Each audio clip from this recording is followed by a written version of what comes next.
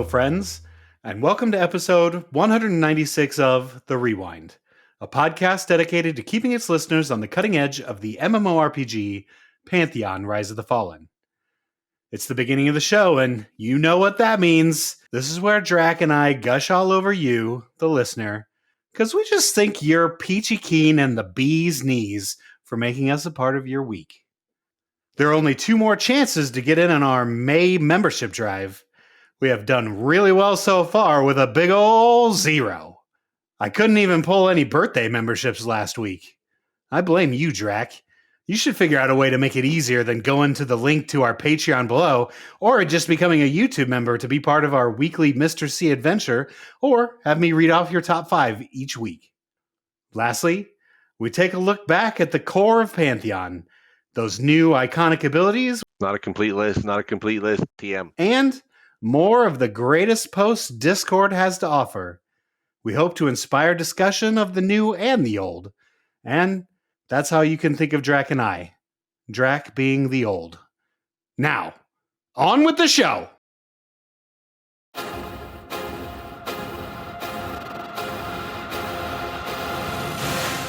The adventurers sat around the crackling campfire, the night air cool and still. A sense of anticipation hung in the air as Bro Quietstorm, a mysterious scholar from distant lands, unrolled an ancient scroll before them. The parchment was worn, its edges frayed with age, but its words gleamed a strange power. Anton Duvidaitis leaned forward, eyes wide with reverence. The ancient scrolls, they speak of forgotten magic. He murmured, his fingers brushing the script.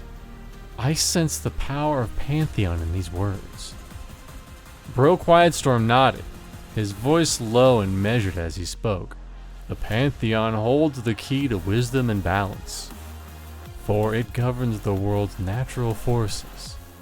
These scrolls teach us that knowledge is a gift, but only through understanding can we wield it. Churudu the gnome summoner grinned, his mind already racing with possibilities. I'm gonna learn so much from this. Maybe there's something here to summon a creature even more powerful than my elemental. Kalorok the dwarf paladin crossed his arms, contemplating the message. Strength without wisdom is nothing. To protect the land, we must know when to fight and when to wait. Eliv the halfling rogue listened intently. Stealth is key, but perhaps there's more to my role. Intelligence, strategy, it's all about timing. Ziplox the dark mirror rogue smirked. So it's not just about hitting things hard. There's a deeper meaning to this journey. I think I can use that. Annoying Llama the human monk stretched, nodding thoughtfully. I've been too focused on physical power, but maybe peace and balance come from within. I'll meditate on this. Screech the Scar Bard strummed his lute lightly, inspired. The Pantheon story. I'll make a song of it. Music can carry the wisdom of the ages. Archbishops the dwarf paladin placed his hand on the scroll, feeling its ancient energy pulse. Duty, faith, honor. This scroll reinforces my vow to protect and defend. It's not just a job, it's a calling. Dwimble the gnome rug grinned mischievously. I'll take the lesson in secrecy. Knowledge is power, but sometimes it's best when hidden in the shadows. Bro Quietstorm's gaze swept over the group, his smile gentle but knowing. The scrolls offer wisdom to all who seek it, but it is your actions that will shape the world. Remember, true strength lies in understanding. And with those words, the adventurers, each carrying a new understanding, prepared to face whatever challenges lay ahead, armed with the wisdom of the Pantheon. This week in Visionary Realms News and Notes.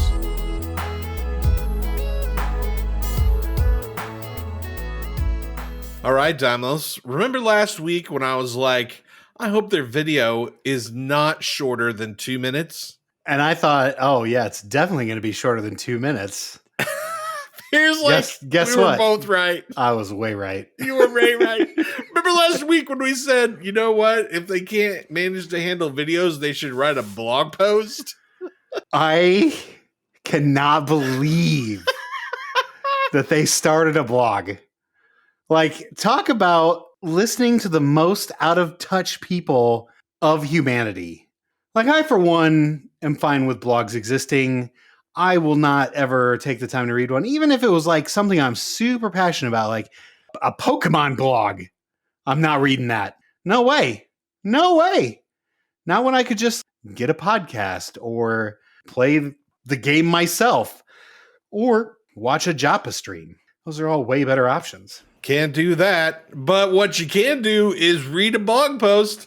I just think that they're done with the comments. Because honestly, as a content creator, sometimes you get in your feels about it and you're just like, That's all the time. I just don't want to deal with it anymore. I don't want to deal with the hate anymore. I kind of feel that's where they're at. Because not only is it a blog post, but you can't even like comment on it. They want no feedback on this. So it's not iconic really abilities. a blog. It's like a website page. It's just another page on their website. You know, it would have been a page if they had not actually called it a blog post in the thing itself. I just am shocked. Again, we talked about this last week. They don't have time to write a blog. This is not acceptable. Stop wasting time with content that 5 people in the community are going to read. 5. I guarantee we're we one are of not them. one. No, we are We're not. one of them because here we go. Oh, God. Iconic abilities. Are you excited about iconic abilities? I'm about excited about iconic abilities as I am about reading blogs. You know, when they mentioned this years ago, right? Years ago. Yep. Every iconic ability had to do with terrain traversal, right? Right. Because if you remember, the rogue had the rope, the summoner had the raft, warrior. Remember, the warrior was punching holes through walls. Like there was. Well, we still get that. There's going to be special places in dungeons where only the warrior could punch a hole in the wall, and you would get to an additional room that was accessible by no one else. You know, just all these skills that was meant to interact with the world, not a damage skill, not like a something that helped the party, just something that made you interact with the world on a greater level. What happened? I don't know, because that's not what we got now. That's not what we got at all. I mean, the warrior still has the shatters barriers. When I think of an iconic ability, I think of like, that's my ability. So that would mean that that's the only ability that's iconic, right? Because that's the one. That's my iconic ability. But there's 2 iconic abilities on some of these classes. Sometimes 3. Sometimes The rogue has 3. I don't understand. I don't understand why multiple iconic abilities. I don't understand a lot of these iconic your abilities. simple wizard brain who can only handle fireball. It just I don't cannot understand wrap the wizard iconic ability. How did my most basic spell, the key spell for every wizard, fireball, become an iconic ability? I don't understand that. Because they want to save Ice Comet for the real wizards? I don't know. And it's not even a fireball. It's not. Wait, we'll get to it when we get there. Yeah, All right. Okay. We're going in order? Yeah, I might as well go in order. All right, Jack. Well, let's look at the cleric first. We got Celestial Aegis, which is a towering ethereal shield, rises at the cleric's command, halting enemies and deflecting deadly projectiles. It stands as a divine bulwark, protecting allies and turning the tide when hope falters. Ooh, what do you think of that one? Doesn't this sound like a tank ability? Deflecting deadly projectiles. I think that's pretty cool. It's kind of like when D&D Wizards got Windwall, and it kind of reminds me of that a little bit. Only it's a divine bulwark. So projectiles. So it's ranger, like arrows mostly, right? I mean, that's what I think when Slings I and think arrows? of projectiles. Yeah, but it could be spells too. We don't know. It just seems like a very small, if it's not spells, it seems like a very small segment of the enemy population that does ranged physical damage that would consider to be projectiles. Yeah. Okay. Well, let's see what the next one has to do. They also get another one called Coalescence. With a sacred bond, the cleric aligns their vitality with a wounded ally, raising that ally's health to match their own. Okay, this is cool. This is a cool ability. I like this. This is something in several MMOs and Yeah. kind of MMO trope for clerics. Absolutely. Right? You share your own hit points with an ally. If they take damage, you take damage, or you give them a percentage of your hit points, or something along those lines. This is definitely an EQ. Yep. They evened out. It was their Epic 2.0. Actually, they clicked their 2.0 shield, and it would even out the entire party's health. Completely, all 6 people would have the same exact amount of health. It's kind of a cool little thing. I mean, it's cool, but is it, quote, iconic? I mean, you said it was a trope. You literally said it was a trope, which I think would be iconic. Regular old spell that is in every MMO. But that's and every that is what has. iconic is. When you think of iconic, it is what is the number one thing that people think of when they think of your class. And I don't think of this. I think of complete certainly when I think of the wizard, I think of a fireball. Oh my goodness. Okay, on to the Dire Lord. On to the Dire Lord. Call of the Dire. The Dire Lord's chilling command compels an enemy to abandon all resistance, walking helplessly towards their doom. What does that even mean? What does it mean? I have no idea what that means. I mean, it's a fear, clearly, but where's the doom? What's the doom? What do you think that maybe they like put a ghostly like picture of death behind them, like with a scythe and everything, and then the mob turns around and runs towards the death scythe, and then death kills them, and that's their doom? I don't know. Other than that, that's all I got. That's the best I can come up with. I don't get the abandons all resistance. What is? I mean, it's a fear. That's a fear. Okay, I get that, but like, I mean, I guess the problem is that Dire Lord is not iconic. Maybe get to instant kill a mob. Well, is it a fear then they die? Like, why would they run away and then die? That's stupid. Well, they run away into the helplessly towards their doom, into the hell, which kills them instantly. Okay. Well, then why are they even running? Why wouldn't they just die? Why wouldn't that just be a death touch underneath them, and they fall in the portal and they're dead? Just give them a harm touch, for fuck's sake. Just boom, harm touch, they're dead. This was not that difficult, and you have hosed it up. Well, list still pending. The list is yet to be completed. The list is not complete. We need the Vendini cut here. Can we get that on the soundboard? Not a complete list. Not a complete list. TM. The list is not complete, eh? Maybe I will get Vendini to record that for me, and then I'll put it in the section here every time that we need it. Oh, that sounds good. Not a complete list. Not a complete list. TM. Make sure he says A after it, though. That's the best part. Perfect. Okay, let's move on to the Druid. This is already taking way longer than it needs to. Druid Conjure Storm. The Druid calls forth a tempest, darkening the skies with thunder and rain. This localized storm unsettles foes and empowers allies, marking the Druid as nature's herald. Man, this is better than Mr. C reading this. I'm good. You are good. You're so good. Here's the problem I have with this little thing right here, right? They've already talked about this. They've already talked about how they know it can be abused. They've already talked about how like it's going to be limited.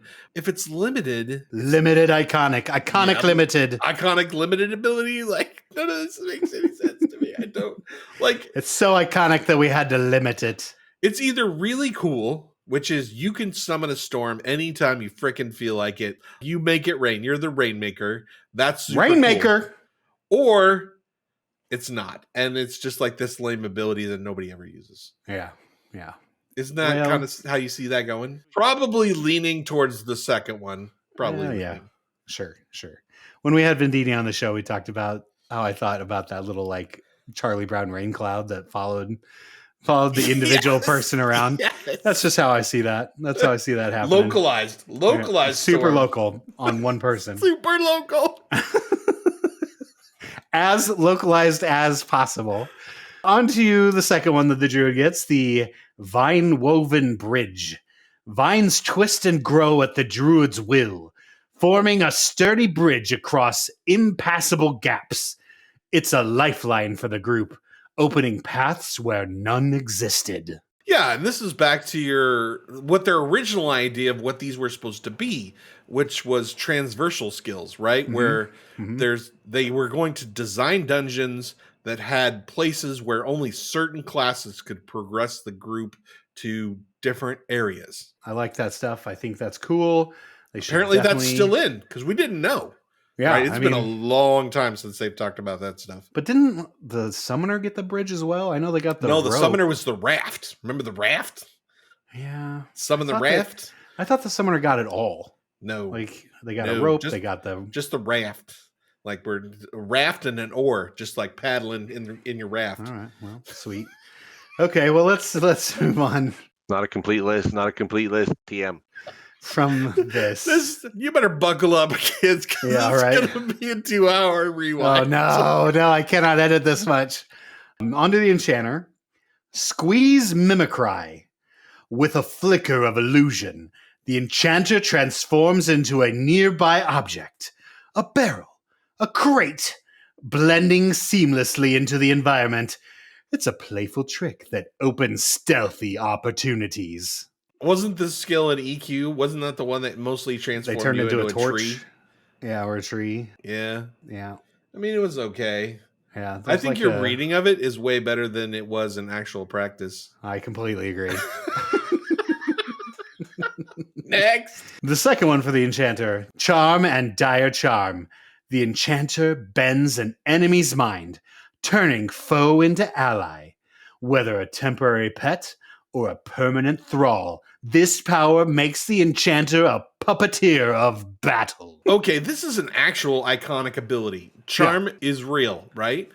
And I have no problem with charm. I have no problem with calling it an iconic ability. That's what an iconic ability actually is. A class-defining iconic ability that nobody else has that is awesome. Love Okay. it. I mean, I agree with that. I can agree with that. But like, However, I just don't feel like this should be the iconic ability for the enchanter, right? Charm is like a given. that's because you whereas- hate charm. No one. Maybe. Every other enchanter loves charm, and that's the reason why they I mean, put but I'm not like hating on this. I'm saying that they should always have charm, but it shouldn't be the iconic ability. It should be something else. They should just always have charm. Like you should have charm at level 5. You know, it should just be Well, I ready think to that go. these iconic abilities should be early. I mean, they're not gonna be. Nothing is worse than having an iconic ability and you don't give it to level 35 out of 50. Well, That's you the just got it at worst. level 30 out of 50. How do you feel about that? It's the worst. Okay. Well, Also, can I just say that means that the summoner is the absolute just like second class citizen. they always have been. Because they're just like, what do? You know what I do? I summon the Dire Lord pet for the enchanter to charm. That's what I do.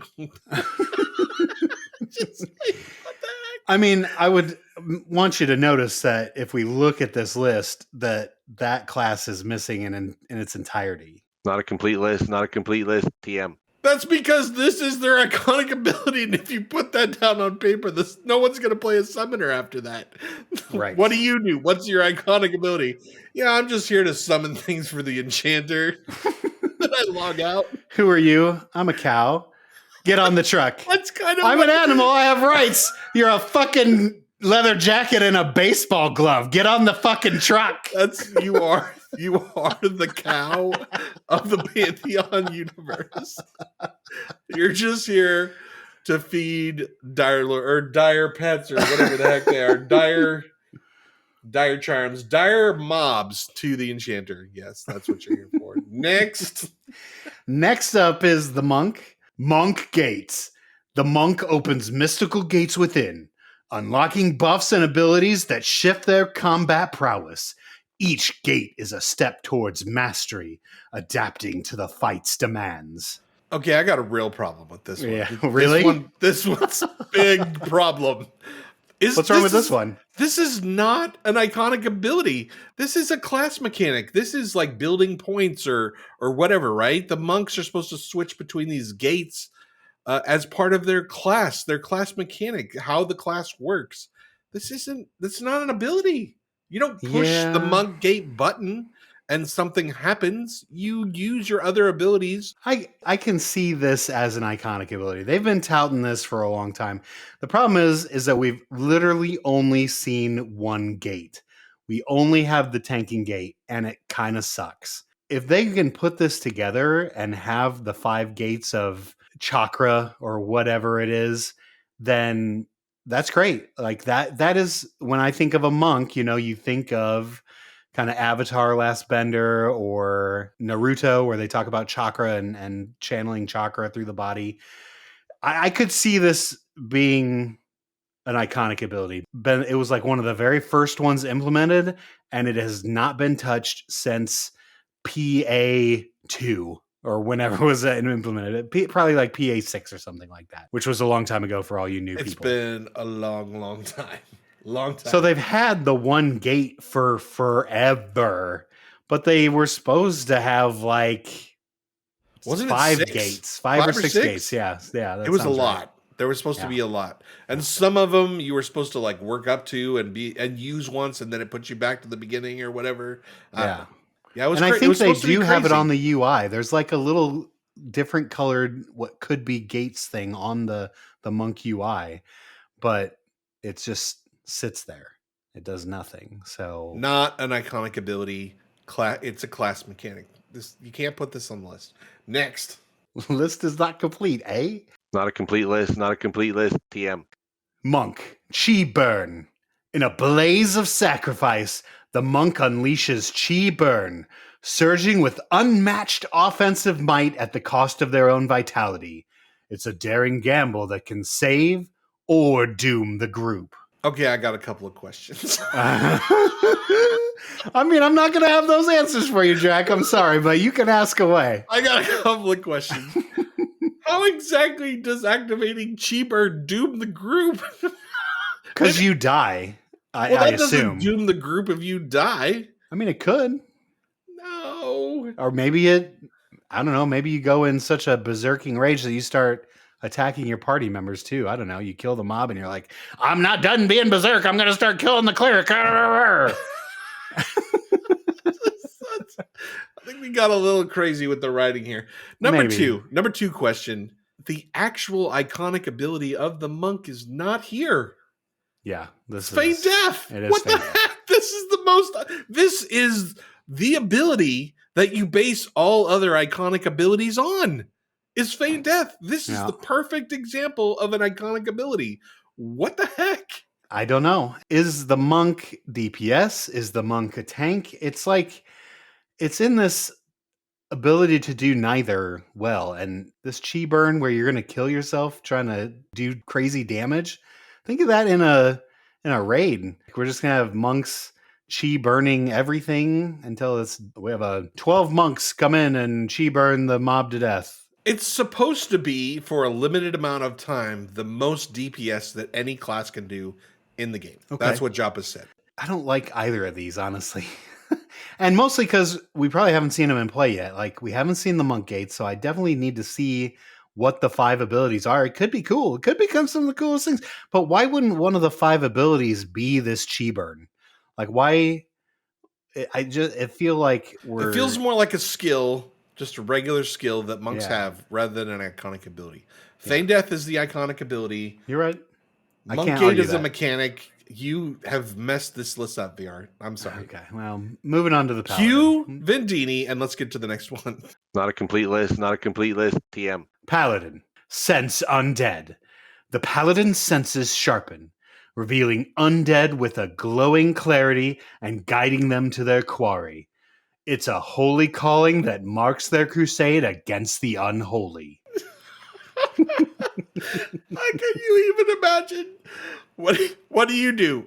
I use Chi burn to mow down the enemy. What do you do? I charm dire mobs that completely destroy everything. What do you do? I sense undead. I see dead people. I see dead people. That's what it is.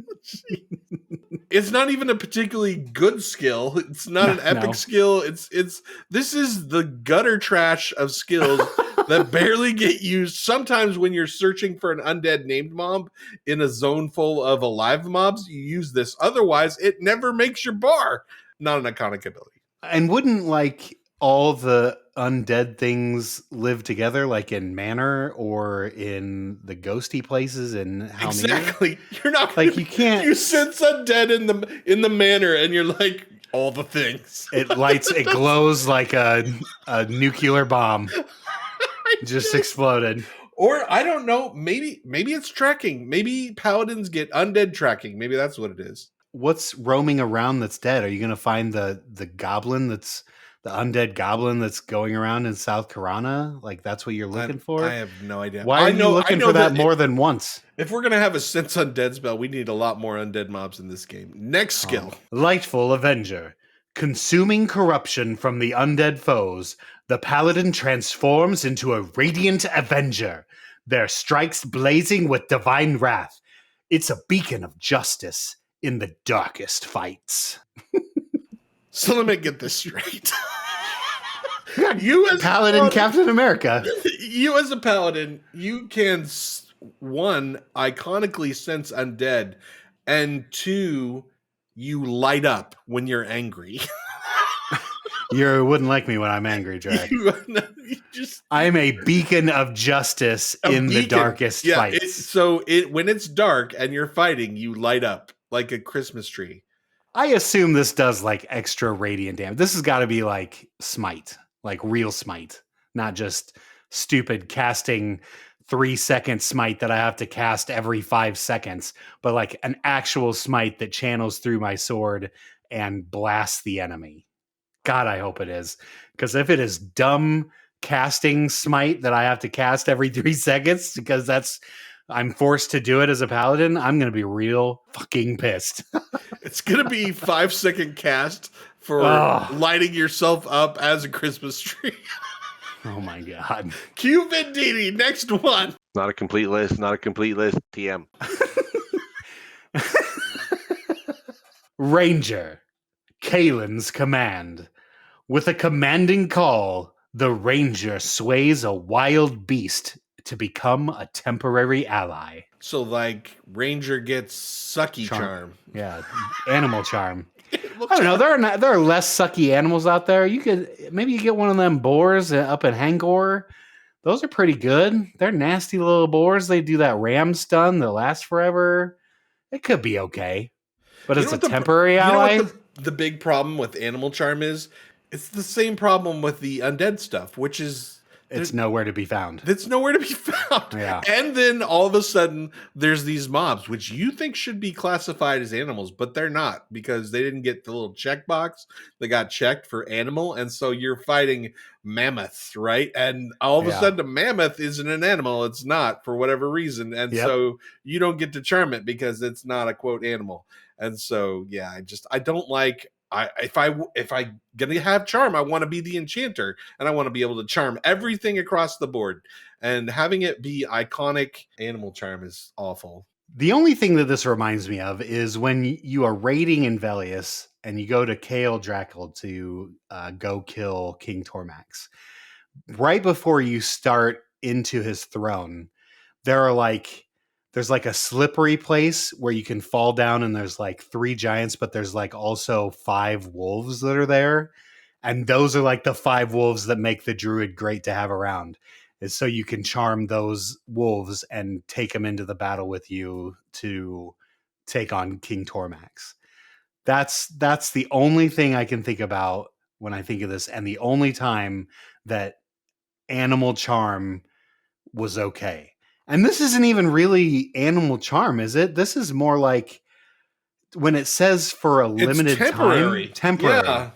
I think no more than a battle, right? So you're going to have animals at the ready. Like you're going to have constant animals. Kind of like what I wanted charm to be, where you grab 3 mobs, one of them, you charm one of them, it fights the 2, and then you fight the charmed one that finally wears off after you've killed the other 2.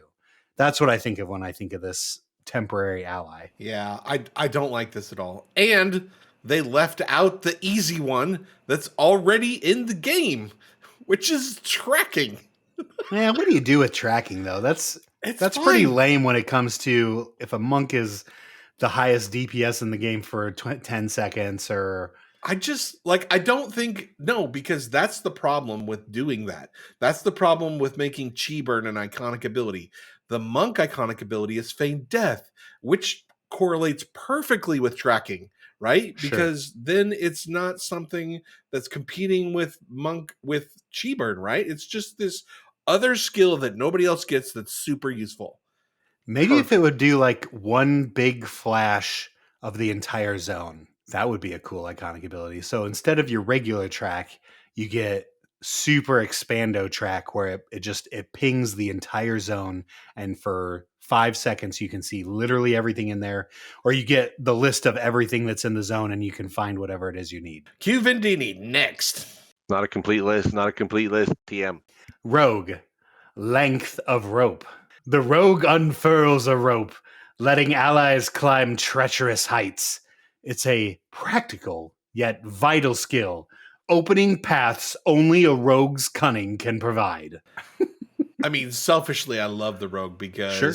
I want a rogue around all the time so I can just climb up the rope and I don't have to worry about dumb regular climbing. Because you're lazy is why you want a rogue around. 100%. 100% lazy. Great. Sweet. Let's move on to the next one.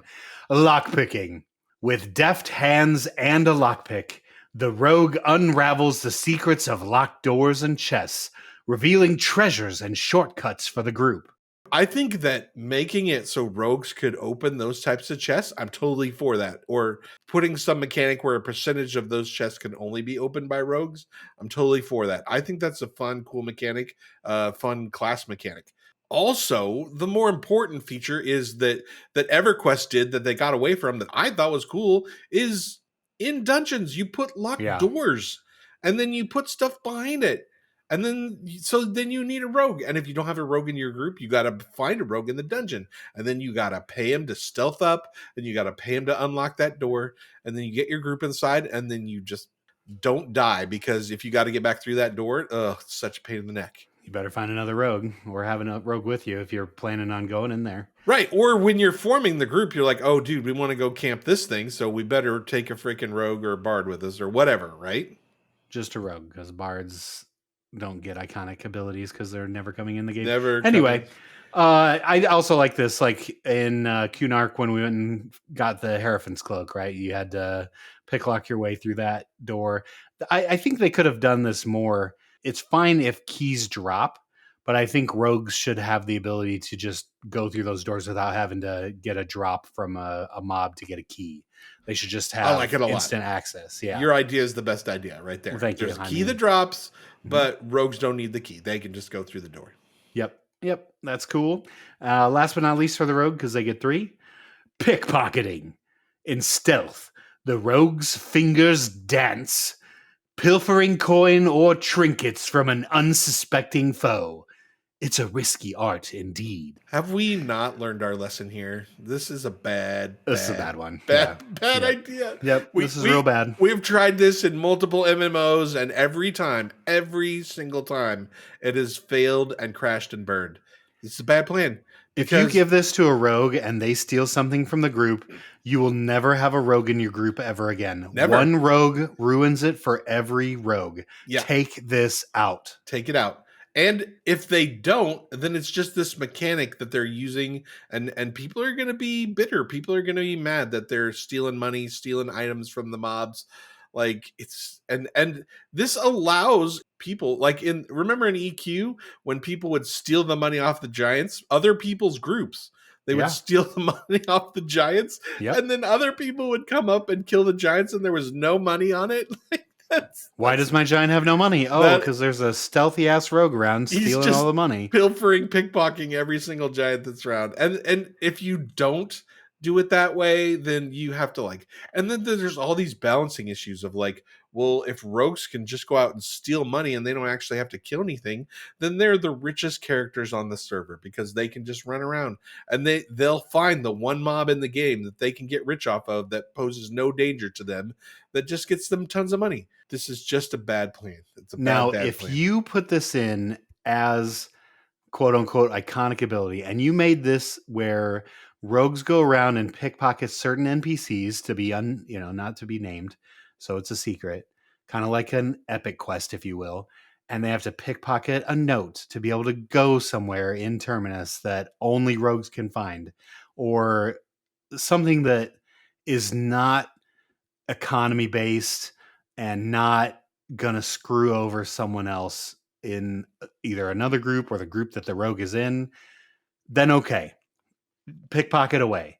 Anything like EQ, because if you remember, EQ just shut it down, and the only thing they used pickpocket for was for Epic Quest, and it was that you used it the one time and it was shitty. It never made it past that. I can't even think through the 3 years that I played on Thornblade, I don't think pickpocketing ever came back. Like, they always tried to put things back in, like, oh, you have to have a bard do this specifically, or you have to have a ranger do this specifically at this certain time in this particular raid mob to make it work. And I don't think pickpocketing ever came into play again, ever. So just take it out. Just Bad plan. Bad plan. Bad plan. Very little you can do with this, and it's not good for the mental health of the community. Get it out. And it literally says in the description, pilfering coins or trinkets from unsuspecting foes. Bad plan. Q Vendini next. Not a complete list. Not a complete list. TM. Shaman. Veil walking. Sacrificing their spirit pet, the shaman gains a fleeting afterlife. Upon death, they roam as a spectral wolf, healing allies and dragging their own corpse to safety. Now, this is kind of cool. This has been in for a long time, and it is super cool. This is an iconic ability. This is exactly... This is in? No. Vendini can do this? No. Not in. They've had the idea of this forever. Oh, okay. I'm sorry if I misspoke there. They've had the idea of this forever. This has been around since the way beginning. And this has always been a very cool idea. And I'm 100% for it. I think that giving the shaman the ability to go into spirit form and move themselves around, being able to be rezzed easier, or even somehow having a mechanic to come back to life, I think this is great. I think this is amazing. This is exactly what an iconic ability should look like. I agree. I think it's a cool one. It definitely is very different, very outside of the box, but still being in the box. That's kind of a weird thing to say. I do like it. I think it's good. Let's move on to the next one, which is definitely another shaman iconic ability. Shrink. With a mystical chant, the shaman shrinks a companion, easing navigation through tight spaces or adding whimsy to the journey. Yeah, I mean, this is great. This is right up alongside Feign Death. Having Shrink in your group is super cool. Lots of people just like to roll with Shrink all the time. Yeah, absolutely. I would too. If you're having large classes like ogres, and being able to shrink them is really cool and really helpful. Also, just like having places where there's small doors or small passages that only shrunken people can fit through would be amazing. I don't think EQ ever did that, but that would be amazing if that happened. So I love it. I love this as an iconic ability. I'm all for it, 100%. I mean, Shrink became a must-have in every raid, right? Like every class, that was like a raid requirement, is that you either had to be able to shrink yourself or have an item that shrinks you. And was not negotiable, because getting, 60 people in a room together, y'all need to be tiny, right? Like there's no way around that. Especially if you're a large class, you better have your own shrink or some sort of shrink ability, because you're going to get yelled at. So, I mean, I'm not interested in looking at ogre butt for the entirety of my raid. Okay. Yep, exactly. And it's just, there's not enough space to maneuver. So if everyone's shrunk, then it makes it much, much easier to navigate. So this is a great one. This is definitely... Why is Shaman has always been and will always be the most fleshed out class of all time? Thought out, planned, well implemented. It's great. Are we sure Brad wasn't a real shaman? Like, are we? The War Wizard was not him. He was actually a shaman. He was actually a shaman. So well thought out. Good job, Brad. All right, on to Warrior. Do we have to? This makes me so sad. Warrior, Shield Wall. The warrior channels unyielding resolve, linking shields with another to form a fortified barrier. It taunts foes and halves damage, a defiant stand for the group's survival. Okay, the group's survival? So you're telling me that you're going to have 2 to 3 warriors in your group to make a fucking barrier? How often? It doesn't say how often I can do it.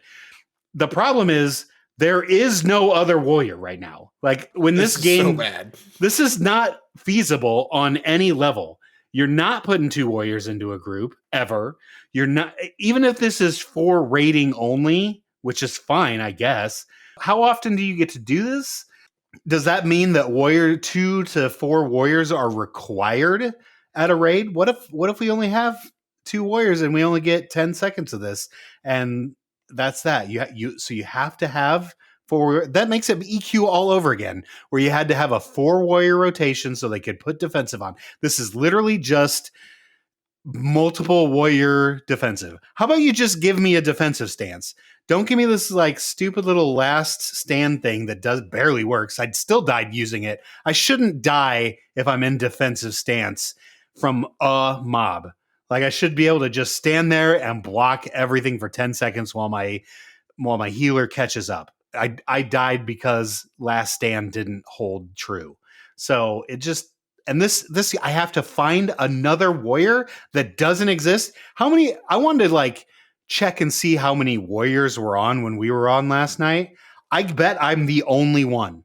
Because now we're splitting up between shards. I know that won't be when 1.0 hits, but like there's just no way that I'm ever going to be able to use this unless I become a raiding warrior, which I do plan on being, but I can only use it 2 nights a week, 1 or 2 nights, unless I'm a hardcore guild, maybe 4 nights a week. That's just stupid. That's just stupid. Yeah, this is real bad. Mostly because, as you said, Pantheon's we're supposed to be breaking the EQ mold here, right? This was one of the things that they've said since the beginning. We don't want this meta where warriors are the only tanks and warriors are the only ones that can tank mobs. We have paladins, we have dire lords, and they're supposed to be main tanks too. They're supposed to be main tanks in groups, and they're supposed to be main tanks in raids. But you put some BS like shield wall in here that requires multiple warriors to pull off, and then you say things like half. Anytime you have a skill that says you take half damage, that automatically, in my mind, signals this is broken.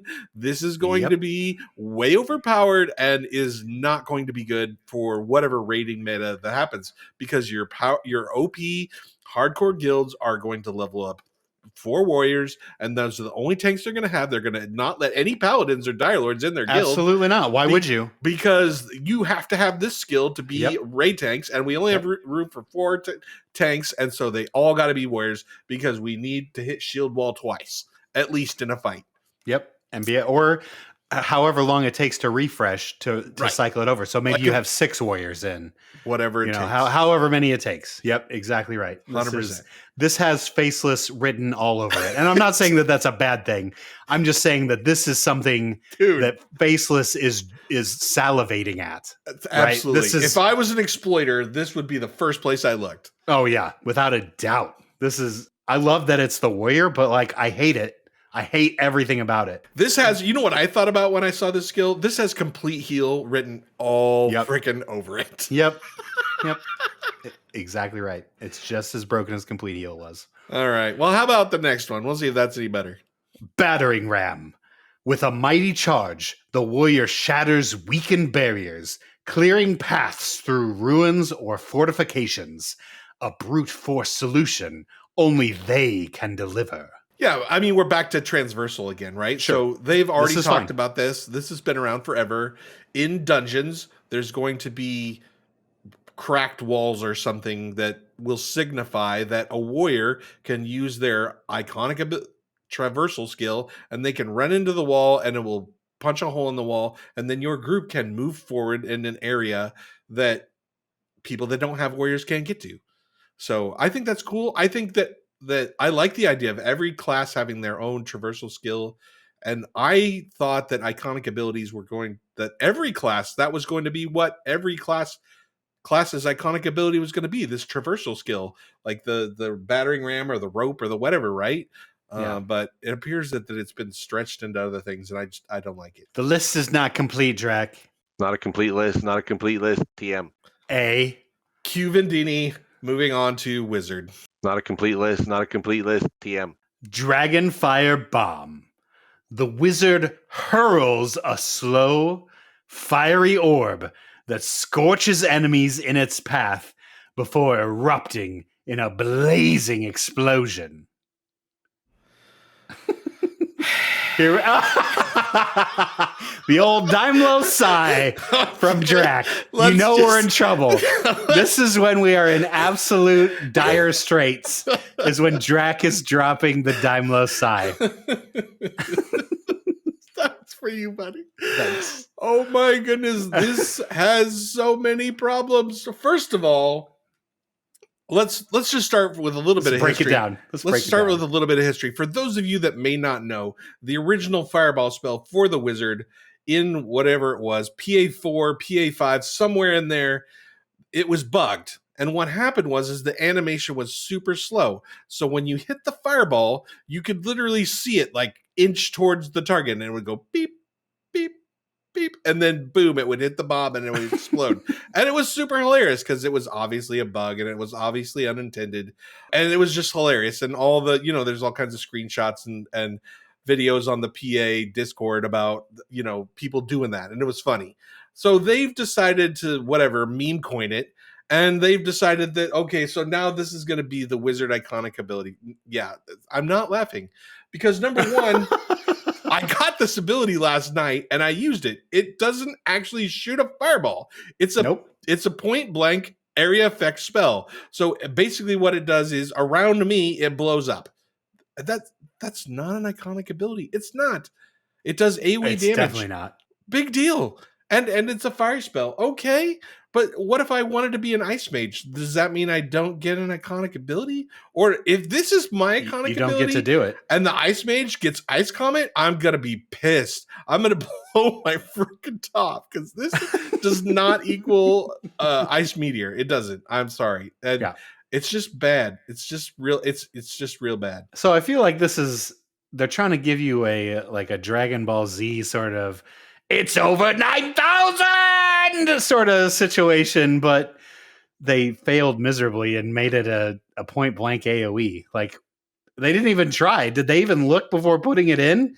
Did we even test what this actually was? There's no fireball. It literally just is an eruption around you. It doesn't go anywhere. It's just on you. So did we mix up what we were putting in there? I guess this is just, I don't know, half-baked at best. Embarrassing. Kind of embarrassing. Not a complete list. TM. Fireball! Dude.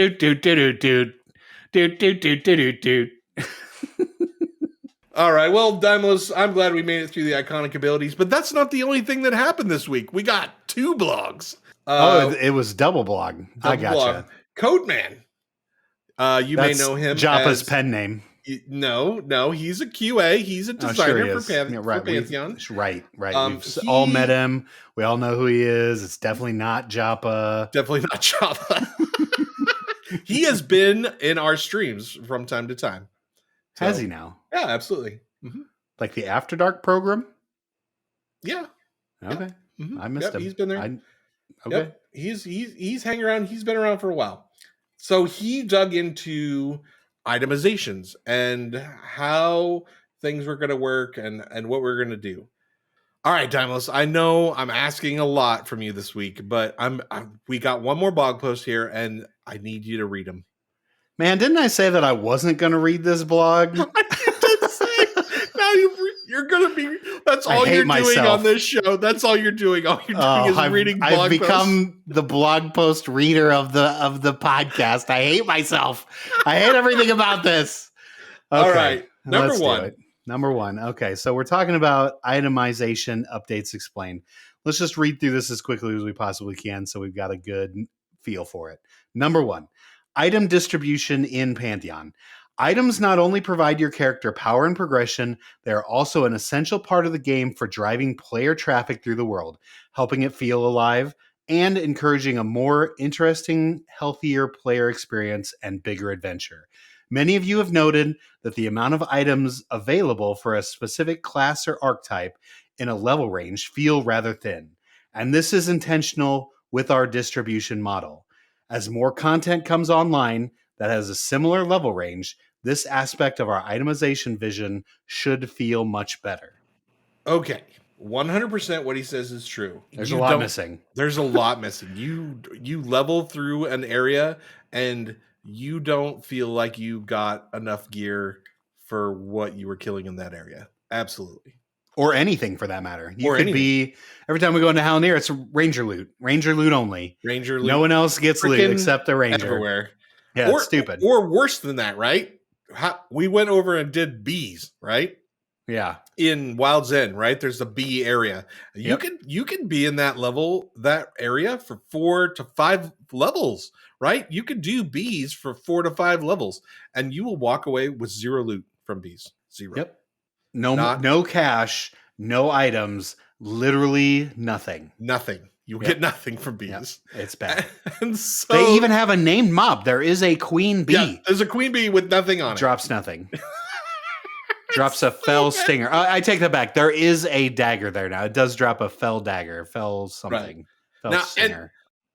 I'd say that because what I'm getting to here is I don't agree with the second part of his thing. I think that we're glossing over the problem here a little bit when he says it's by design and that as more content comes online, it'll be better. So what you're saying is by design, you have no content? Okay, great. It's a problem. It's a problem. No, the content that we do have doesn't have enough items on it. It doesn't. Yeah. There are areas of Thronefest that are done excellent, right? That have the right amount of content, that have the right amount of drops, that have the right amount of loot. Like Goblin Cave, really well done, right? You go into Goblin Cave, you get drops from regular mobs, you get named stuff from named mobs. Everything in there is really well done. Manor, pretty well done. Fort, pretty well done, right? Maybe not perfect, but pretty well done. But other than, like, you get out of that and you are in serious trouble. Like, nothing drops anything. Nothing drops anything of value. Like, it's a big issue. And that's the real problem. It's not that you need to make new areas and put new items in it. It's that you have all these areas and there's nothing that's dropping anything. And nothing of value. There's only few places that have things of value that drop. Yeah. And it shouldn't just be named mobs. I mean, obviously the named mobs should have the best gear. But like when we go to the ghosts, remember when we were getting those fade steel weapons? Those were good when you had nothing else. Like there should still be items like that should come through and be like, oh man, this is way better than the rusty blade I'm using now. Let's upgrade to this fade steel. Or maybe it's like, maybe if you kill animals, maybe like, I mean, there's a little bit of crafting stuff, but I don't feel like the crafting currently outweighs just raw drops. Right. All right. Number two. Oh, jinx. Keeping stat inflation down, but making equipment acquisitions feel satisfying. For launch, we wanted to keep our stats on the smaller side so they don't go crazy soon after when more content comes online. However, Pantheon characters have a lot of gear slots. To avoid either watering them down per piece or inflating them overall, we're going to consolidate most stat bonuses to armor slots. This means accessory slots, which includes waist and back as well for this purpose, are going to be offering ratings, resists, and non-stat bonuses, some of which have yet to be seen in game, to characters primarily and will be less focused on stats. Okay. Honestly, Drac, you can blast this all you want to, but I'm actually okay with this. You're okay with this? Yeah. Well, here's the thing. Maybe I'm just that guy, but here's my problem. Was anybody complaining that we had too many stats? I think the devs were, because that shit gets out of control. I feel like I'm doing pretty good for a level 30 wizard. I'm not twinked out or anything, but we've gotten a lot of pretty good gear. And I'm sitting right at like 28 intelligence. If I eat my intelligence food, then I'm at like 31. Right? Okay. Yeah. That's not crazy. That's not like 400,000, right? Yeah. It's over 9,000. like, are we? I just don't. What's the bar for crazy inflation of stats? Nothing was wrong here. We would never know, and why are we fixing things that are broken? I just don't. I don't understand that mentality. Well, yeah. The wheel is broken at all times. Secondly, more importantly than that, is I don't like playing the ultra resist game. Yeah, I get that. And that's feels like where this is headed, where I have to have a lightning resist belt and a fire resist belt and a cold resist belt and a, whatever else resist belt and darkness resist belt and a poison resist belt and a. I mean, Drac, I thought we already had this. We don't need to waste this on items. We have the glyphs and with the match the acclamation system, right?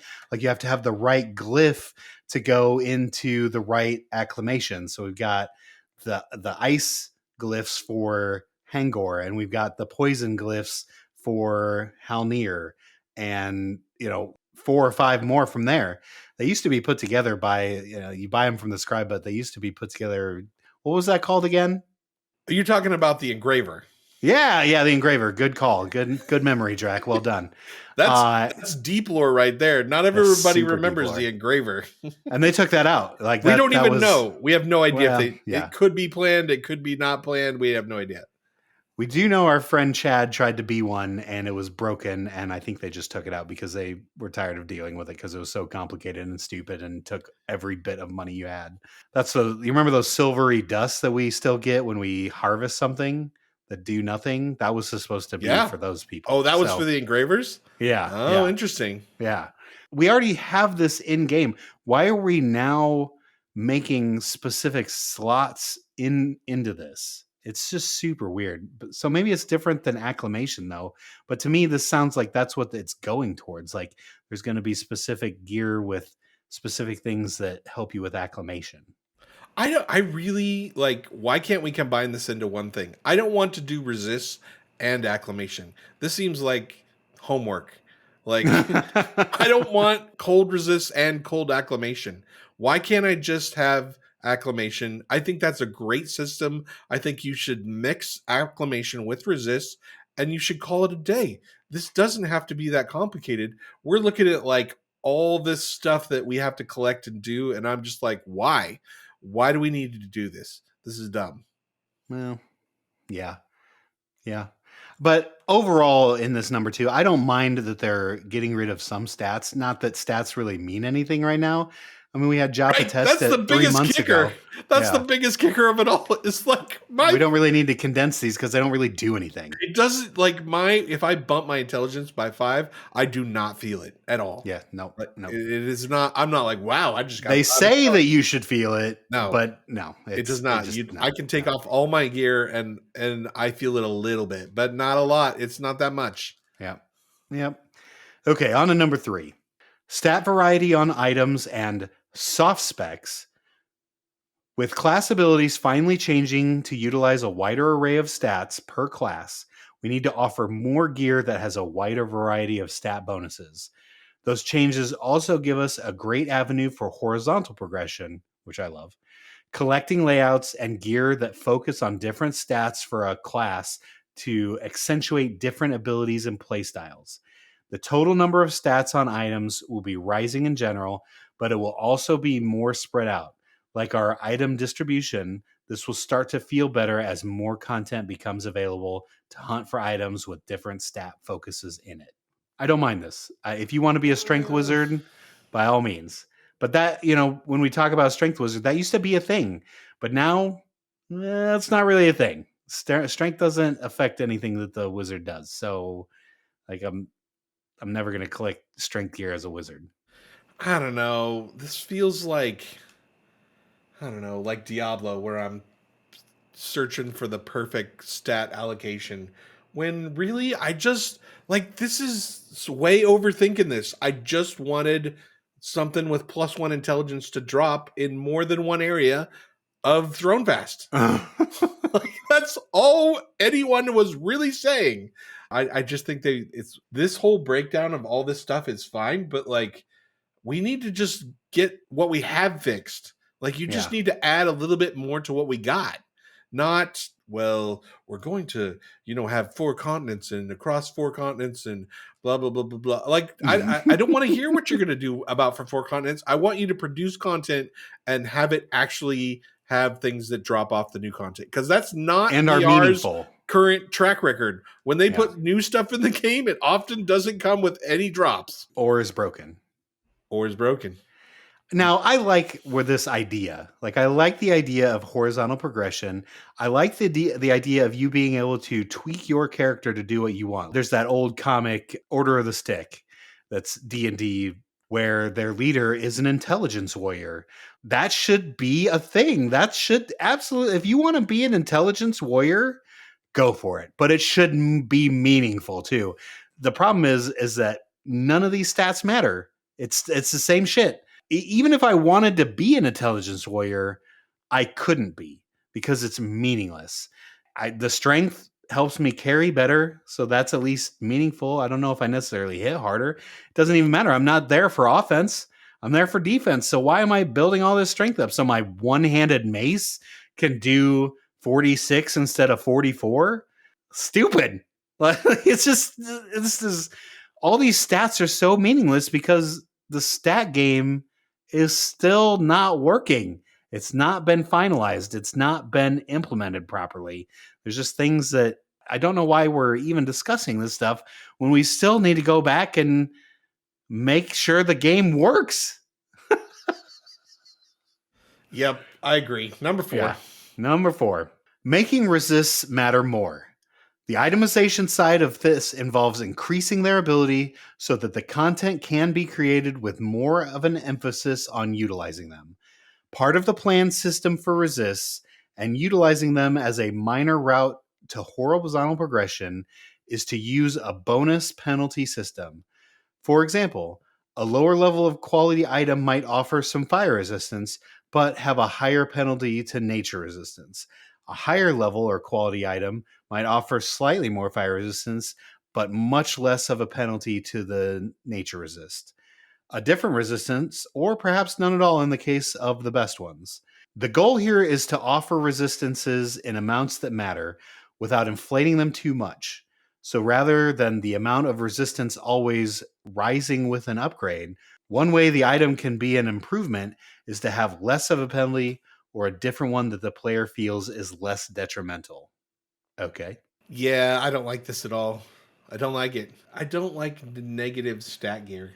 And this all goes away when the game is over a year old, right? Like, and we've farmed all the quote unquote best stuff that has no penalties. And probably Right. has stats because they said some of the really rare gear is going to have stats. So Yep. I don't like this. What was wrong with just giving me something that had +1 on it and moving to the next part, creating more content? That's what we need. With all this is, it's busy work. There was a post. We're not going to read the post, but there was a post from the Discord. Oh, let me go. Very angry. Very angry. Yeah. About how basically it's like you guys missed the boat with this, and I completely agree. I think they missed the boat with this. We don't need a reworking of the itemization. That's what we need. We just need you to put more items in the game that matter, so we can just move from one area to the next area without feeling like we have to go, farm some other dumb area that we don't want to. We just need some rusty spears and a couple of buckler wooden shields, right? It doesn't have to be crazy. We just need some more things to drop so we can move forward. That's it. That's all we were really asking for. And you gave us complete re-itemization of all gear and negative resists. Ugh. I love blogs.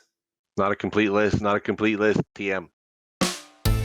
From the SGL Action News Desk, this is MMO News, featuring your anchors, Drac and Daimlos. All right, MMO news, all the news today.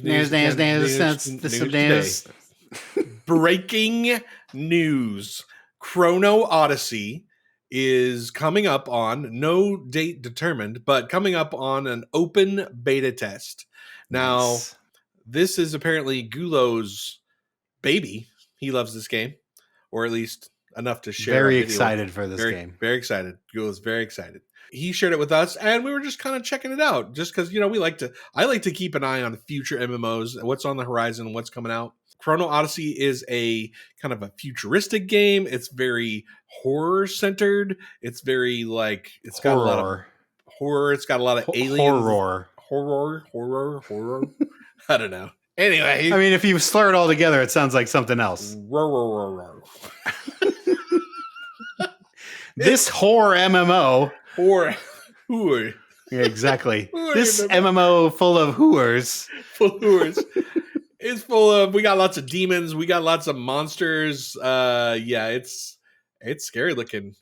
But just some, we don't even like this. Why are we playing this? I cannot play this. This is gonna give me nightmares. I watched that thing where the alien comes out of the other alien. It's got all the stuff dripping. No, I can't do that. I mean, we signed up for it, so we're playing it. I just can't.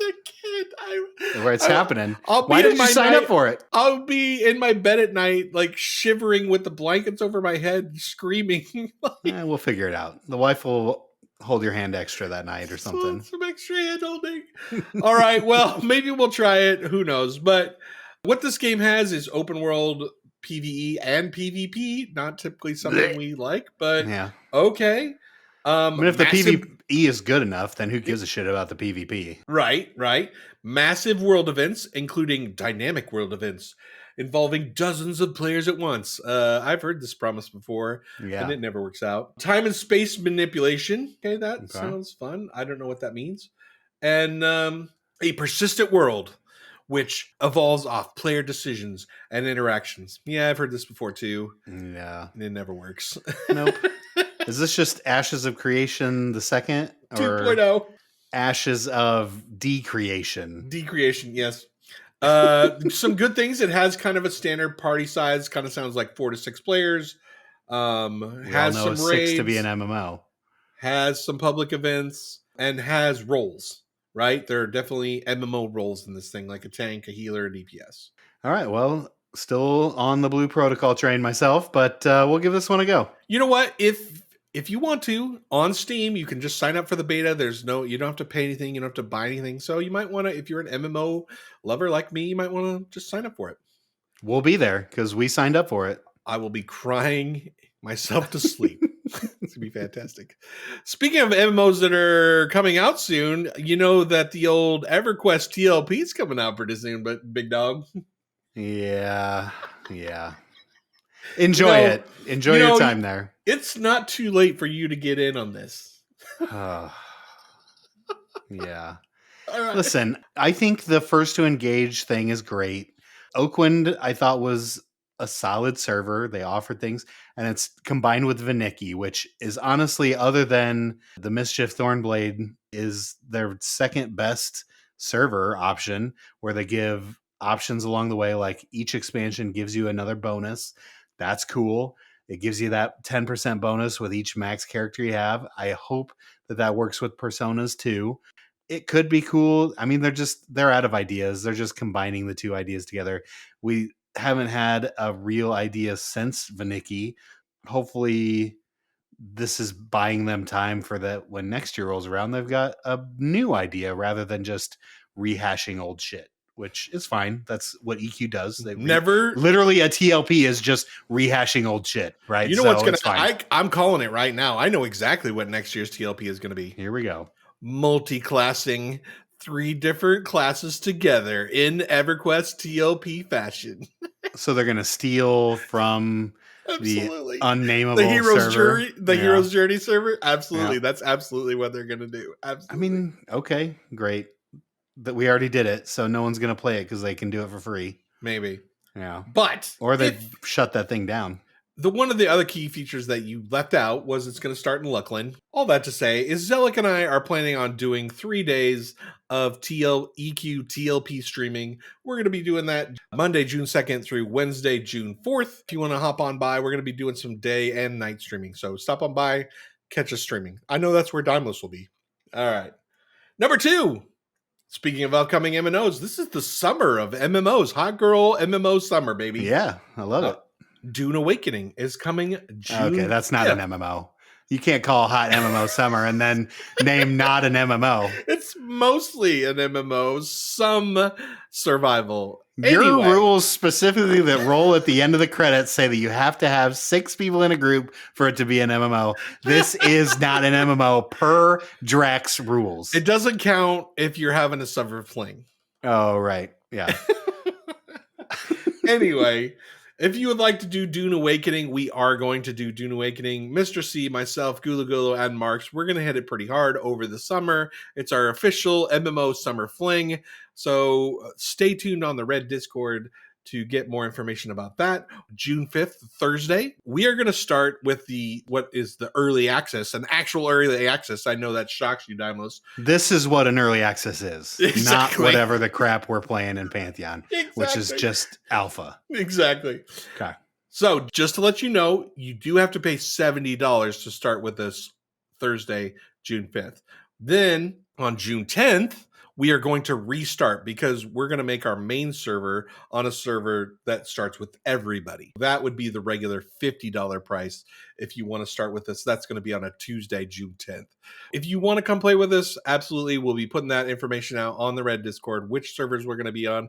Join us for early access. Join us for the actual launch. Join us for all the stuff. If you like Dune, if you just want to try it out, I think it's going to be super fun. Also, very important information. We are going Harkinian.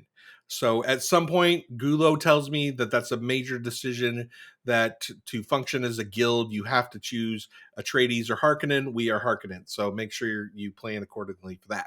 Hot girls, spice summer. See you on the streams. 5, Drac, I'm so disappointed in you. 4, Luckily, every week I dominate this list and just destroy Daimos. 3, I thought you would just tuck your head between, No your butt way! cheeks. No, my list is And amazing. It's not at all. 2, Oh, already your list is the worst. Your list is the worst. 1.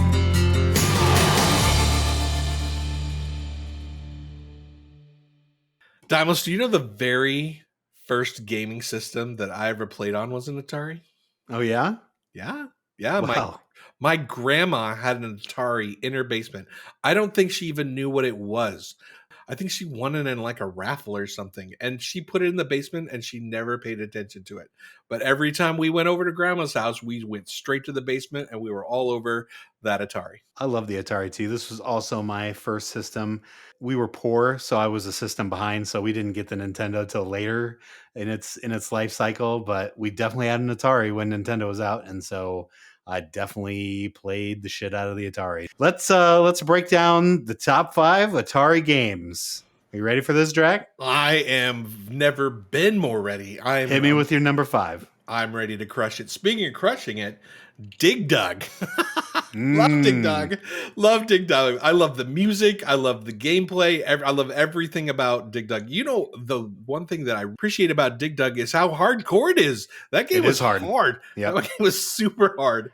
Unforgiving. And yeah, I just loved it. And my favorite part of Dig Dug was timing the rocks to squish the monsters that were following you around. Yeah.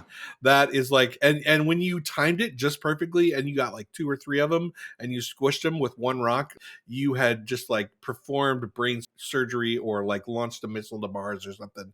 Like you just felt so smart. So if I were to have an honorable mention, we've already listed. Of course, we're not even past the first one, and you're already breaking the sanctity of the top 5. I don't have one, but if I were to, it would be Dig Dug. I love like the juggling of like when you got into later mob where they are fast as shit and they're coming after you hard and you have to like juggle them back and forth. You have to be blowing up 3 different monsters at the same time. I love this game. I thought it was so cool. I just thought it was very difficult and a lot of fun, and you never get very far. You can clearly tell it's a coin op based game, right? Because it wants you to throw quarters into it all over. That's why you die so much in it. But no, great game. Great number 5, Drac. Awesome. Well, let's keep it going. What about your number 5?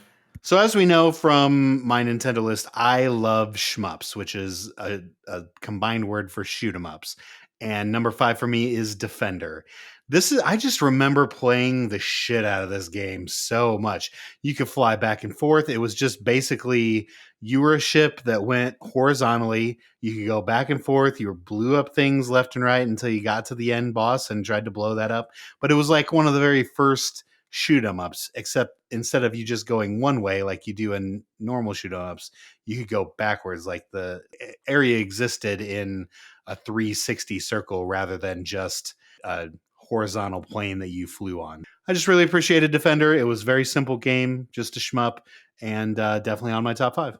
If I was Daimlos, I would say something ridiculous like, if I were to have an honorable mention, then Defender. Shut up. would be You probably never even played Defender. Get out. No, played it, bro. It's a great game. It blew my mind because it gave it, like, just the simple fact of making it so you could go left.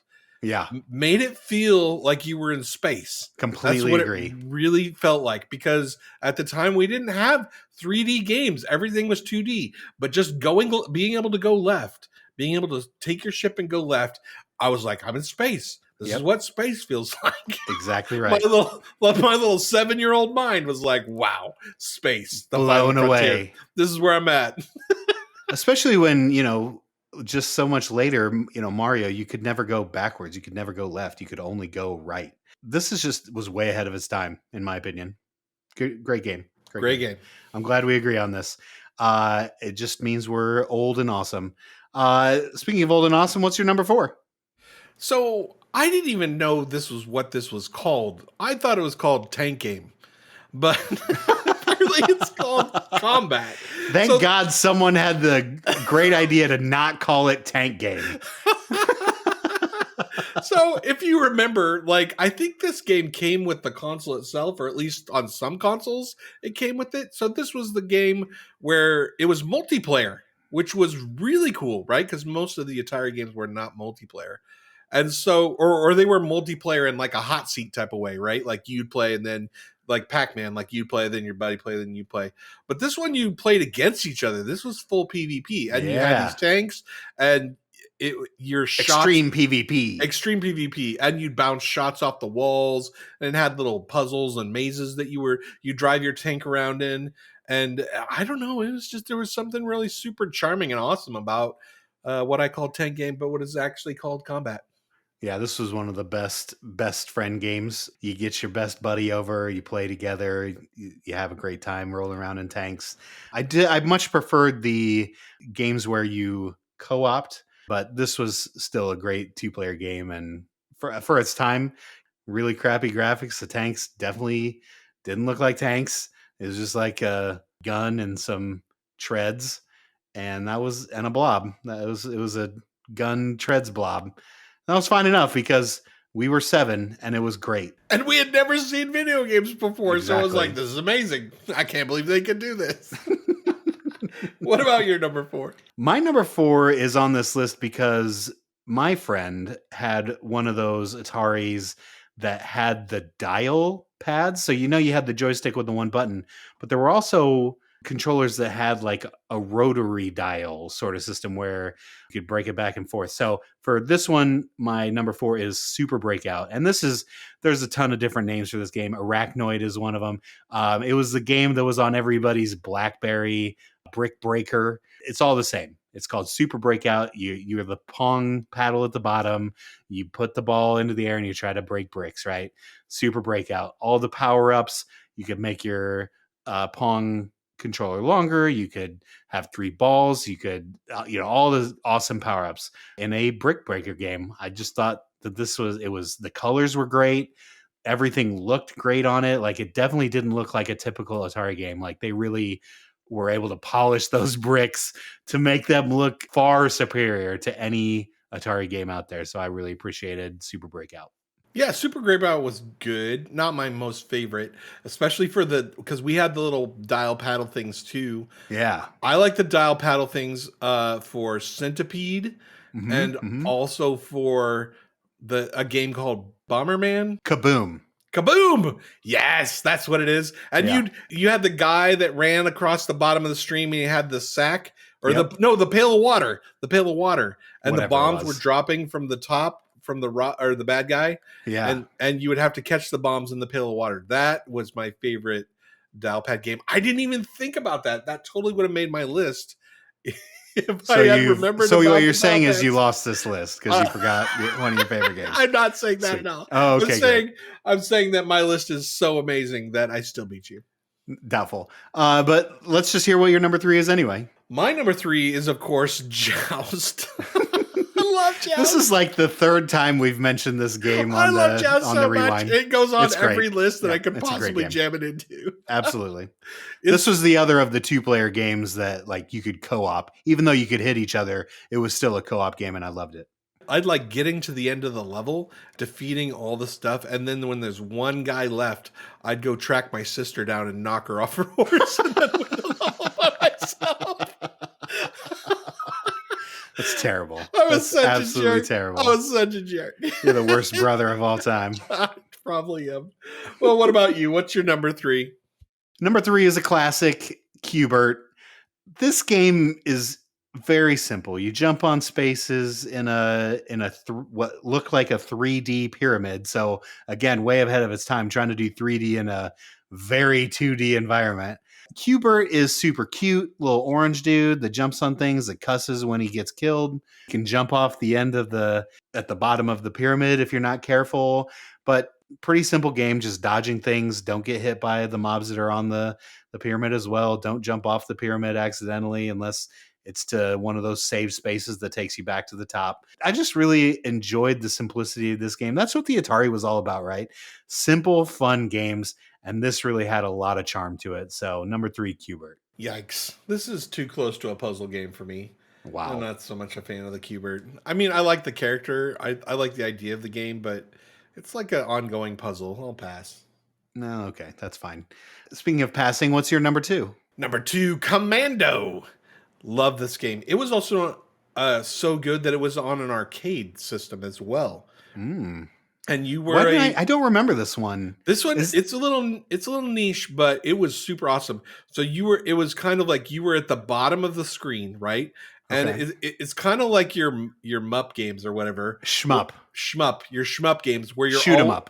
Shoot 'em up, where you're always moving forward, Yeah. right? Okay. So you move your guy back and forth, but you could also move your gun back and forth, right? To shoot at Oh. angles, Okay, right? And okay. so you would move your guy back and forth, you would move your gun back and forth, and you could do it co-op. So you could have your commando on the left, my sister would play on the right, and then you would go and you would shoot guys and they would throw grenades at you, and there was different bosses, and it was super fun.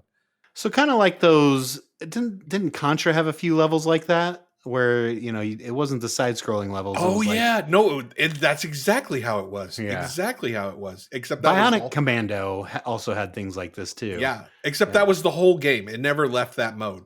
Oh, okay. Well, that's cool. Yeah, I like shmups. I like shmups, so I'm fine with that being on your list. Should have played some Commando. How Maybe I about your should've. number 2?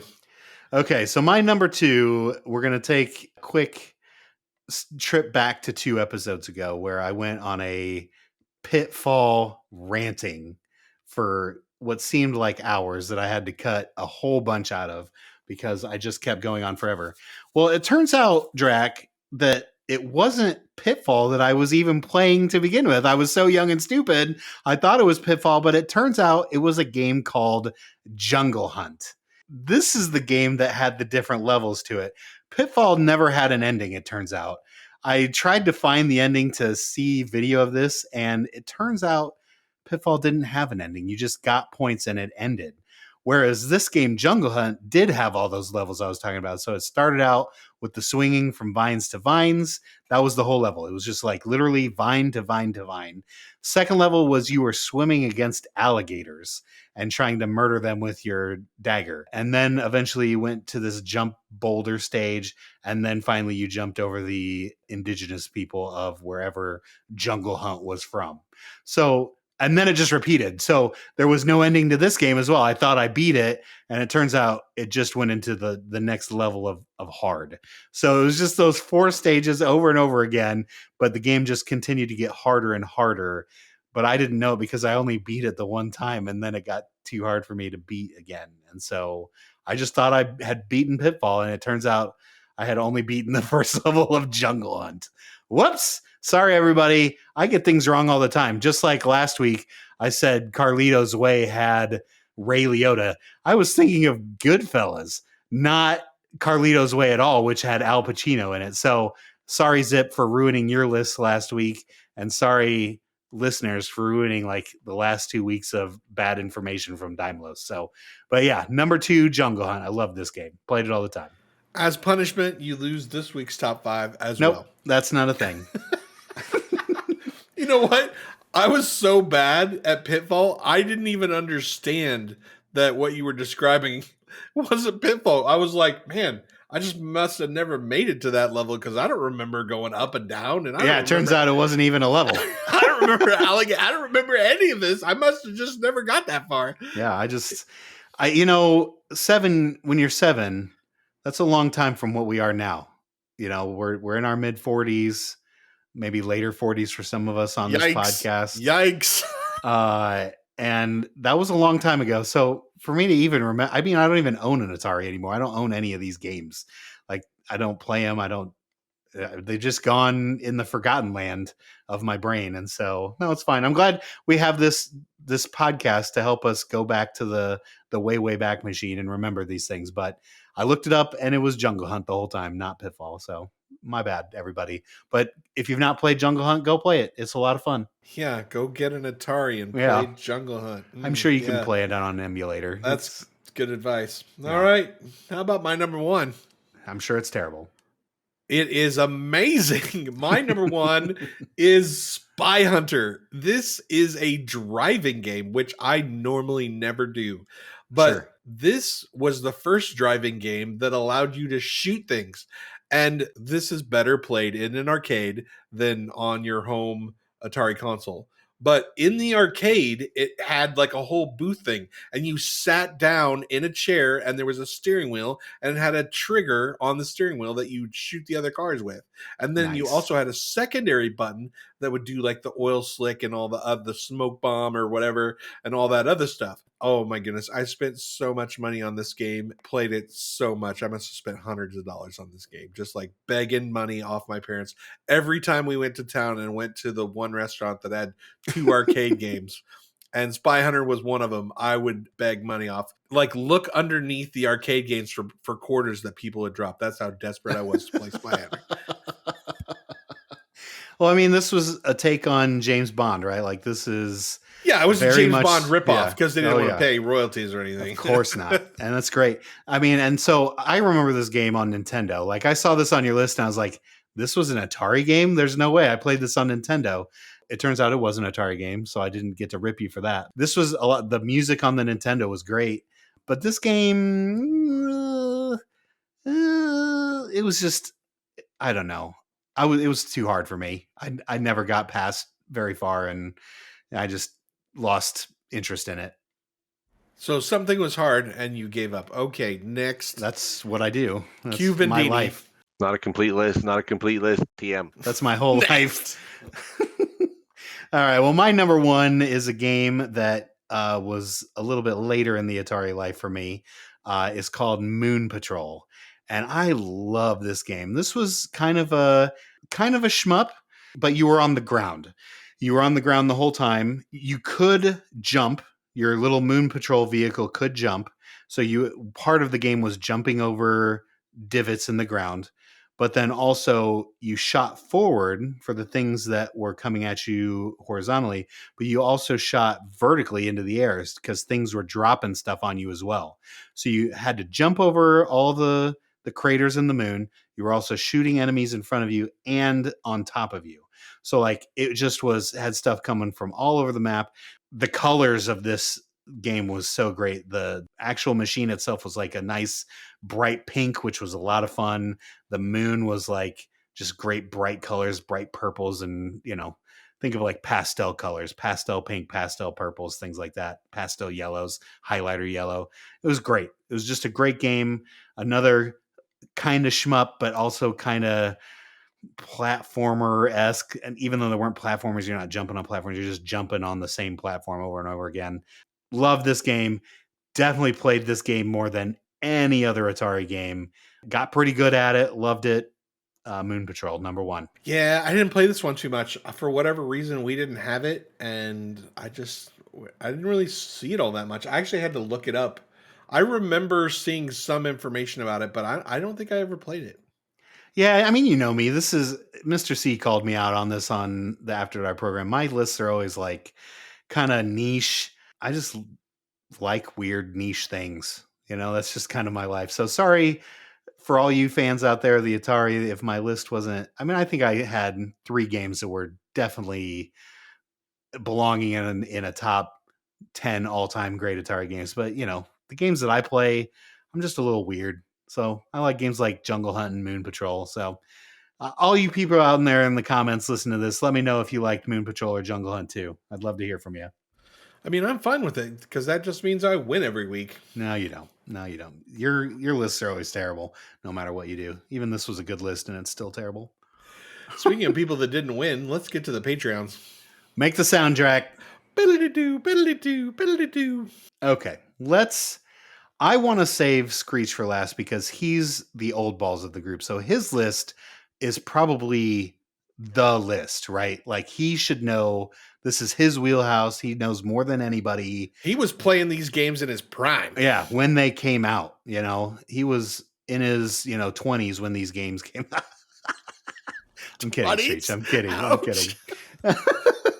All right, well, let's start with Dum Dum Dwimble, who is a little too young for the Atari.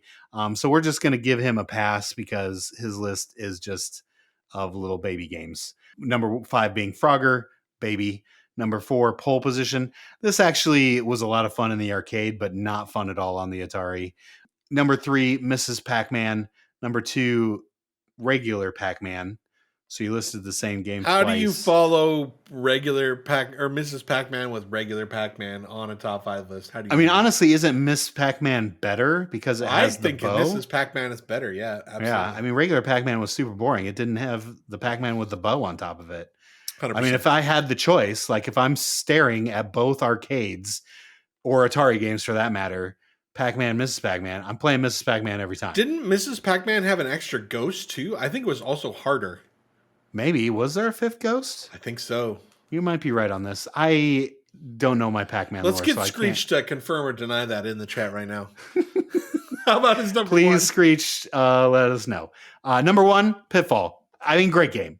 Pitfall is such a great game. I think it was like in the top 10 of best grossing Atari games of all time. So Pitfall is super great. I really enjoyed that game too. Let's move on to Archbishops because Zip is definitely trolling us with his list. Archbishops pick a number 5 named Battlezone. Never heard of it. Anything from you, Drac? Do you think it's actually combat and he just messed up the name? I don't know. I'm looking at this. This was early Matrix / Tron type of a deal of just geometric shapes. It's really weird. And I remember seeing it, but I don't think I ever played it. I definitely don't remember this game. So let's move on. Look this one up too, because I've never heard of this one either. Tempest? Oh, I have no idea. It looks like a circle, and there's things coming down the circle, and you take like a little icon around the circle to kill the little circles. I don't know. I can't even describe it. Archbishops, your list. I'm not even listing the rest of your list because it's this. How do you list these games that no one's played? Anyway, number 3, Asteroids. Number 2, Super Breakout, great game. Number 1, Asteroids Pitfall. is good. Yeah, yep. His first 3 are great. But 4 and 5 nobody knows, so that's fine. That's great. Okay, so let's move on to Zip, who is trolling us. Number 5 being Mrs. Pac-Man, great game. Number 4, Star Wars. Okay. First of all, there Star were Wars. multiple Star Wars games. Yeah, I assume that this is the one that has the AT-ATs on it because I vividly remember this game. I hated the shit out of it. This was such an impossibly hard game. I did as well. It was not well made. Not only no, of course not. It was impossibly made, not in like a Ninja Gaiden fun way where you felt like you were losing because you weren't skilled enough. You felt like the game was cheating you all the time. You cannot go around those AT-ATs so many times to be able to trip them up on that cord. That was so hard. They eventually made games better at this, which, with better graphics and better gameplay, of course, we were fine. But this was just an abomination. I just don't even know how this could make someone's top 4 list. This is why this is a troll list. But number 3 being Qbert, great game. But here is the epitome of troll. Oh my goodness. I can't. E.T. Yeah, I can't even believe this. This is unbelievable. The worst game ever to be made, period. Yeah, it was pretty bad. Now, that being said, I have watched several things because I love the myth that E.T. was thrown into a landfill. Like they took their unsold copies and just threw them in a landfill because it was a bust. That's not actually true. That didn't happen. The Angry Video Game Nerd even made a movie based around this theory, and it's just not true. It's just funny. I also have gone back and watched people's retrospective about this game. Of course, they had zero time to put this together. That's why it sucks so bad. They didn't have any time. But if you actually like sit down and watch someone play it that knows how they're playing it and can explain it to you, it actually does make sense. Like the ways that you go, there are like it is telling you to go a certain way to get your 3 pieces of phone. The way to get out of the hole is actually easy. It just seemed impossible, but there was only one way to do it. You had to time it perfectly, and you had to be on the side to be able to get out of it. What we did was we just, as 7-year-olds, we just tried to extend our necks in the middle of the hole and try to get out. And of course we fell back down because we didn't know that we had to be at the side of the hole to be able to get out of it. And so watching people that knew what they were doing actually play this game, it wasn't a bad game. Of course, it actually was the worst game of all time, but it's because they had 2 weeks to put it together. Like, how are you going to make a good game in 2 weeks? It doesn't exist. So they shit the bed on this. They really, they wanted to make that Raiders of the Lost Ark money, right? Like that, and that Atari game did super, super well. So of course they want to, the next Spielberg movie, make a ton of money on it, and there's just put a game together. We don't even care what it is. And that's why E.T. was born. But go watch something on this, like a retrospective of actually one of the earliest cash grabs for video games in existence. Sorry for an E.T. rant. I'll try to cut as much of that out as I can. Dig Dug, number 1. That was your number 5. Great game. My honorable mention. So, but Star Wars and E.T. being on this list, Zip, you're definitely the I mean, Dwimble's probably the loser, but Zip, you're number 2 loser. So you go be losers together. But let's get to what should be the actual winner of this week, other than you and me, Drac, and me being the winner. He said he knew people that developed Atari games. Well, then he should be in the know. So let's do it. Number 5, Centipede. If we're talking about iconic class abilities, this is an iconic arcade or Atari game. Centipede, great. I mean, it lived on every system forever, for at least a decade. So this was a great game. Number 4, Breakout. Super Breakout was better. I mean, it's Breakout fair. is fine. Super Breakout wasn't out when he played the Atari.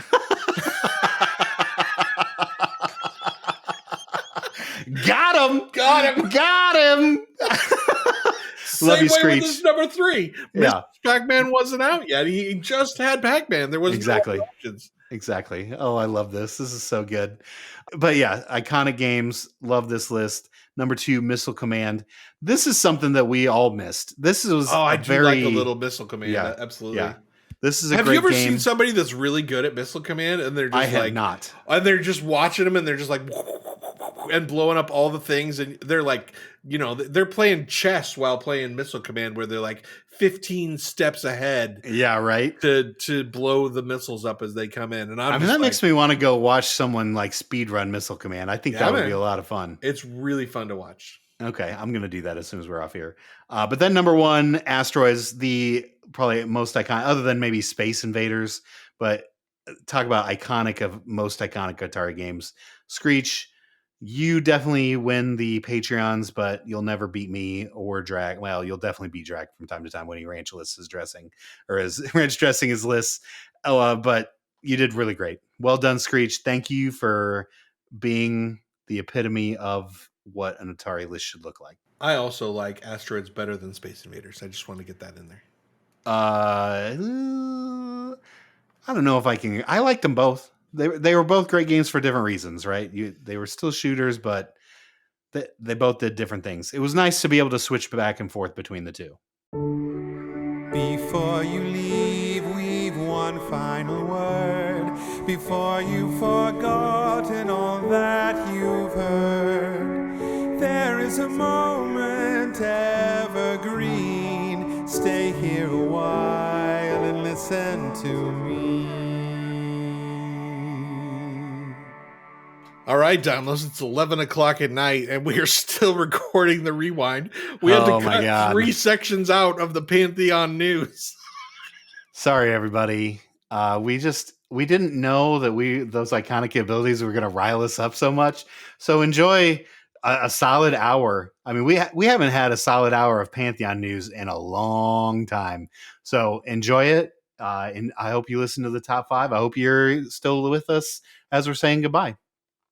Who knew that VR blogs were going to get you this riled up? I had no idea. I mean, we should have known. I hate blogs, and here we are just really chipping away at every word on these things. You know, it was better when Joppa was just yapping away because we couldn't catch everything. But now on a blog, every word is written down, and I can completely blast everything that is put in this blog ad nauseum. I think you may have made a fatal mistake, VR. I'm not sure you've thought this all the way through, but we will see you next week. We absolutely will. See you in blog heaven. Not a complete list. TM.